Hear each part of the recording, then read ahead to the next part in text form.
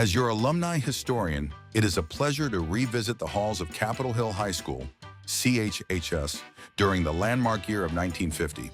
This was a season of profound transition, beautifully captured in the 1950 Chieftain under the theme Marking the Turn. 1. The Big Picture, the Vibe of 50. The vibe of 1950 was one of expansion and modernization. The theme Marking the Turn reflected not just the turn of the century, but a great change and wide expansion for the school. Major construction.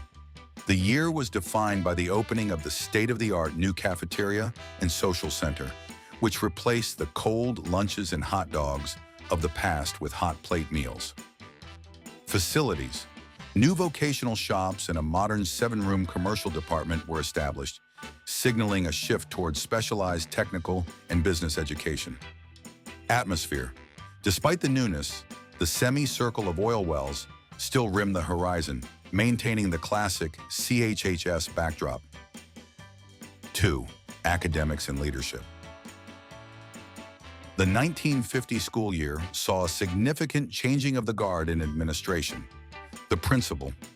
The school bid a nostalgic farewell to William Charles Haller, who served as principal for a decade, 1940 to 1950, before moving to a district-wide role. He was succeeded by Alex Higdon, who arrived from Capitol Hill Junior High. Vice principals, Albert Al. Cole moved on to a new role, and Alonzo Roop stepped in as the new vice principal. Academic growth. The curriculum expanded with new courses like Veritype. The National Honor Society boasted its largest membership in school history, awarding a ring to the outstanding senior each year. 3. Athletics, a golden era. The 1949 to 50 sports seasons were arguably some of the most successful in the school's history. Football, state champions. The Redskins were a powerhouse, finishing 12-0 to claim the Oklahoma State Championship. They capped the season with a 28-14 victory over Seminole on a mud-soaked field. Basketball. The team had a hot and cold season, finishing with a 9-6 regular season record, but were unfortunately upended by Putnam City in the regionals. Baseball. Coach John Smith's crew went 16-4, reaching the state semifinals. Highlights included no-hitters from Jack Van Poole and Richard Blackstone. Golf. The golf team was unstoppable, winning the city, mid-state, and state championships. They notably won the Fort Worth Invitational and hadn't lost a dual match in 3.5 years. Track. The mile relay team set a new record of 3:31.4, while the 880 relay team dethroned Tulsa for the first time in 7 years. Darrell Smith was the standout, winning the state cross-country title. 4. Student life and clubs. Social life revolved around active pep clubs and traditional formal events. Major events. The KRKC Dance, sponsored by the 4 pep clubs, Key Yee, Redskin, Navarrete, and Chieftain, was the social highlight held at Cedar Terrace. Other events included the Junior-Senior Prom and the first annual Chieftain Capers variety show. Pep clubs. These were the heartbeat of the school, with the Key Yee Pep Club, over 200 members, and the Navarretes leading the cheers. Active organizations. The Future Teachers of America, FTA, was founded this year, and the Mu Alpha Theta, Math Society, and Sigma Chi Iota, Science Club, remained elite academic groups. 5. Time capsule, cultural details.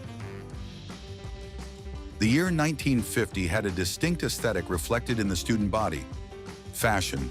Girls wore circular skirts made of Indian head or chambray, often with stenciled designs.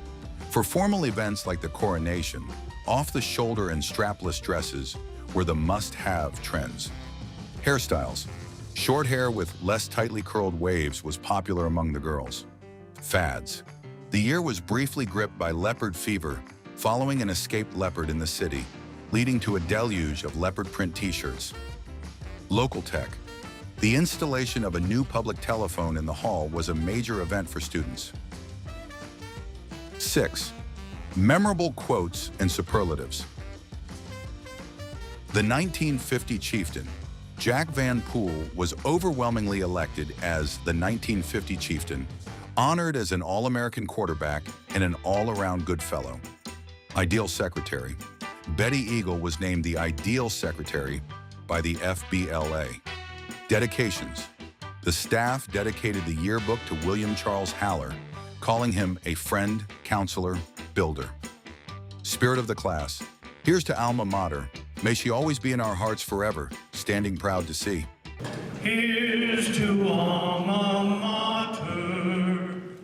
May she always be in our hearts forever, standing proud to see her archways where we enter, her heart we love so dear. So here's a song